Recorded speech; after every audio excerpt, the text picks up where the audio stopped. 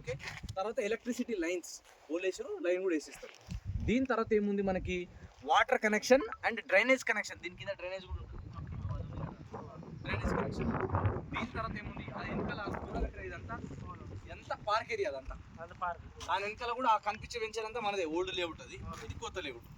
Okay, మొత్తం compound wall. ఇగో ఈ side compound కట్టిరా, వీడి దాకా కట్టిరా ఆల్రెడీ. ఇక్కడ సైడ్ నుంచి ఇది కూడా కాంపౌండ్ వాల్ కడతాం. ఓకేనా సార్? దీని తర్వాత ఏముంది మనకి 24/7 సెక్యూరిటీ, 10 సంవత్సరాల వరకు మెయింటెనెన్స్ మొత్తం కంపెనీదే బాధ్యత. గడ్డి మొలిచింది, చెట్టు మొలిచింది, ఏది మొలిచినా మొత్తం కంపెనీ చూసుకుంటుంది. ఓకేనా?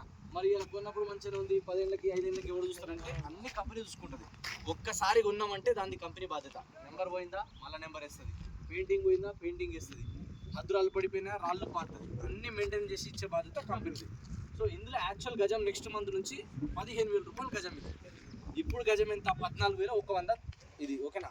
సో దీంట్లో మనం తొందరగా కట్టుకోవడం వల్ల ఇది 13,000కే గజం వస్తుంది మనకి. ఓకేనా సార్? ఓకే, మరి దీంట్లోనే ఎందుకు కొనాలి? వెంచర్లు అయితే డెవలప్మెంట్ బాగున్నాయి, మరి ఈ వెంచర్లు ఎందుకు కొనాలి? ఇక్కడ ఏముంది డెవలప్మెంట్ అంటే, ఇక్కడ నుంచి మీరు చూపిస్తా వీలైతే